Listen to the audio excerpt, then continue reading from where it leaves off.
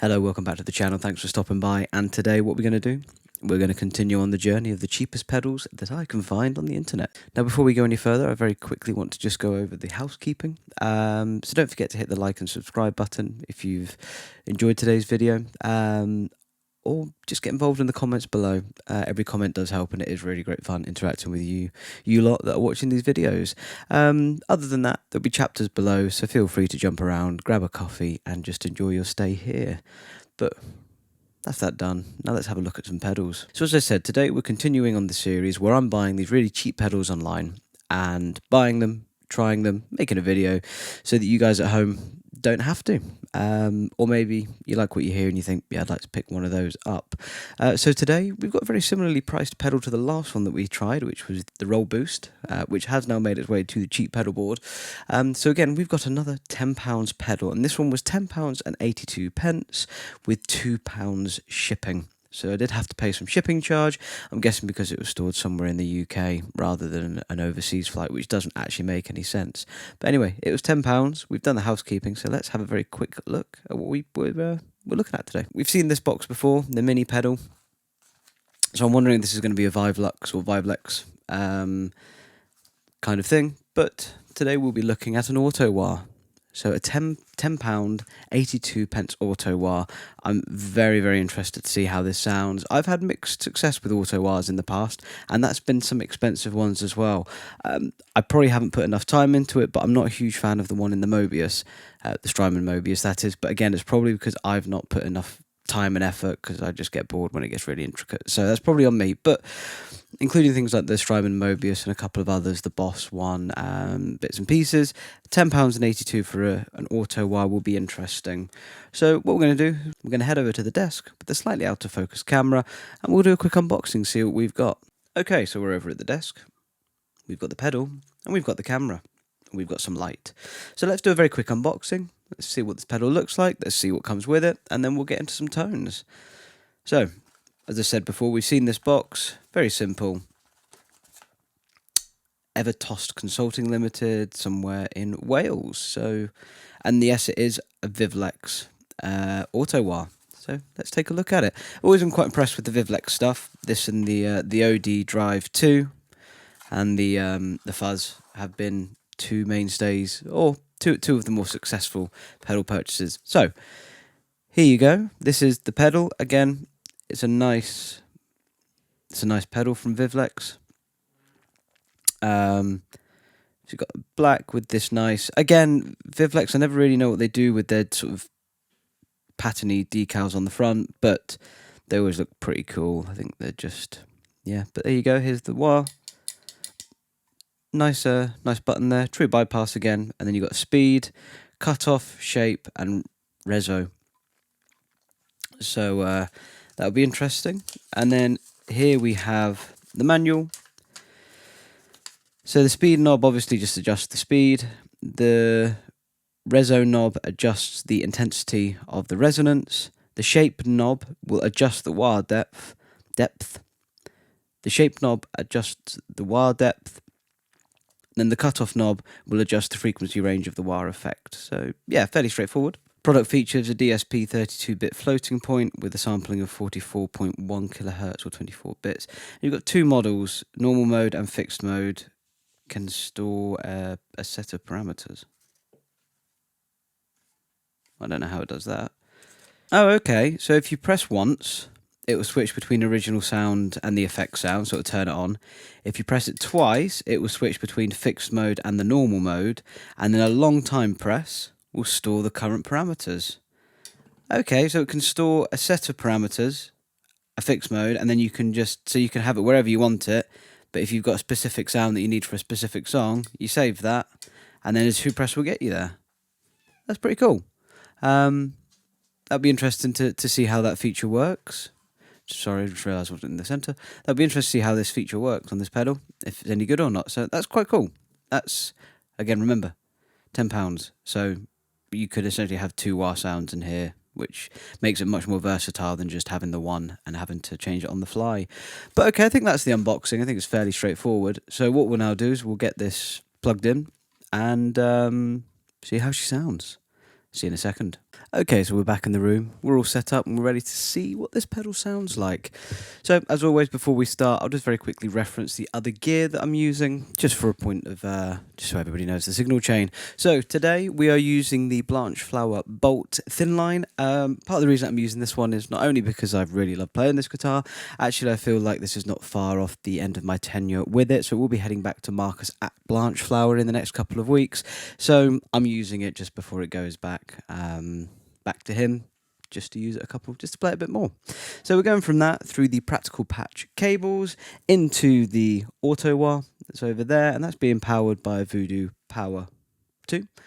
Then another practical patch cable into the Victory, the Duchess, and we're running it on the high mode. And high wattage, volume. We're pushing it a bit today with a little bit of reverb, mid kick engaged, then the bass rolled back a bit. So currently, the clean sound is this.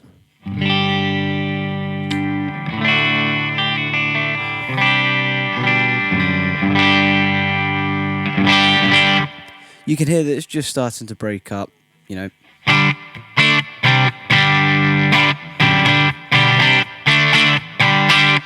Just a tiny little bit of grit. Not actually run it like this before, but I'm really enjoying it. I think it's a great clean tone. So, I think without further ado, we'll get rid of the mic and we will see what this sounds like. Try and we'll go through a first preset, we'll get that saved, we'll fiddle around a bit, and then we'll try the going backwards and forwards.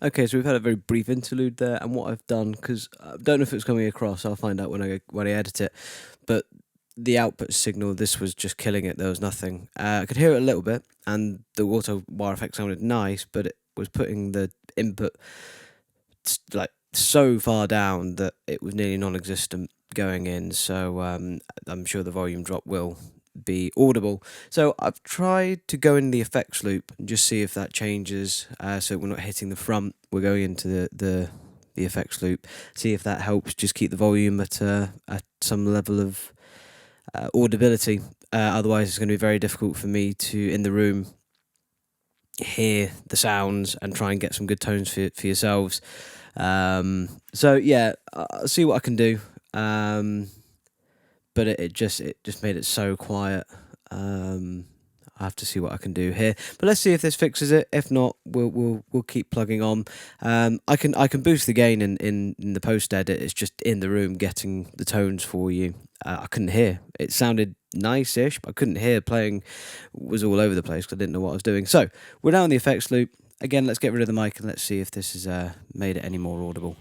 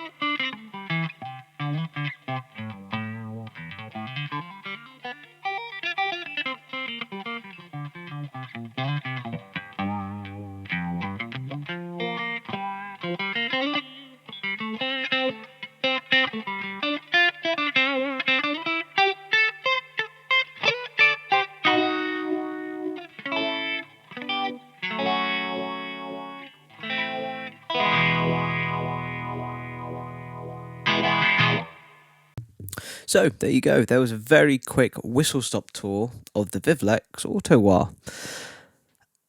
So I think the obvious main issue was the way that it changed the input signal. Obviously, I don't know if that's a frequency thing or if it just has this low. I guess because you're creating spikes, it might naturally have to attenuate it to prevent digital distortion. So it makes sense if you think of it in that manner. However, it did massively change the output level that we had initially when we were going into the front of the amp. And what I'm going to do is I'm not actually going to change the gain when I come to post edit this. I'm going to leave that as it is so you can really hear the highs and lows. I think it's really worth noting if you're planning on using this in a gigging setup that this could quite dramatically or drastically affect your tone. So you've got to look to run at least the 4 cable or the 3 cable, 4 cable method to have this work. You need to implement at least in this instance, you need to implement the effects loop and then go straight in. So it's missing the preamp because after we moved it, it was much more audible. I still had to turn it up a little bit, but I was still able to hear what I was doing. I was still able to hear some of the sounds, and what I heard was all right. What I heard was good. It's definitely a pedal that you've got to sit down and play with, find the settings that you like. I do like the save feature. I like the fact that we were able to ping between the two. And obviously, when it was the red light, that's when we're on the preset or the saved preset. And when it's green light, that's when we're just kind of playing with what was on the front. So I did really like that aspect. On the odd occasion that I have gigged an Auto Wah before, it's always been frustrating that you have still got one sound. So apart from a footprint, it's a detriment to the sound, in my opinion, especially when when you get a lovely wah pedal like mine up there that no longer sits on the board because of space, and I didn't really use it. But having that there, it's an expressional device. An Auto Wah, you really need to fine tune them. So again, I'm not inspired by it, but I don't think that shouldn't take anything away from the Vivlex pedal. I think just the Auto Wah and me don't get on because you have to spend time dialing it in, and I find that quite tedious. I say even my Strymon Mobius one, it sounds great and it is a really good sound, but to get the most out of it, you've got to fine tune, which I just don't have in me. I can fiddle to an extent with a delay or a reverb, but certainly the modulation stuff, if it's not something that I can just plug in and go and very quickly adjust, I'm out. I lose interest at that point. It's part of the reason I've not gone digital, but that is another video altogether. So this was the Vivlex Auto Wah. If you're after an Auto Wah, just be aware of that attenuation issue going into the front. But as long as you can somehow circumnavigate that, I think it's a great affordable Auto Wah unit. Again, it just doesn't seem to be the effect for me, so I can't sell it as this is an endorsement from myself to go and get one of these. But there are certainly worse that I've played for far more money. So, I hope you've enjoyed it. I hope it's been helpful. I hope it's answered any questions, including the potential problems with this pedal. And, you can go and find one yourself and maybe enjoy playing it. But let me know what you thought in the comments below. Don't forget to maybe leave a like and even subscribe. And other than that, thank you very much for chilling with me for 15-20 minutes. Until the next one, take care.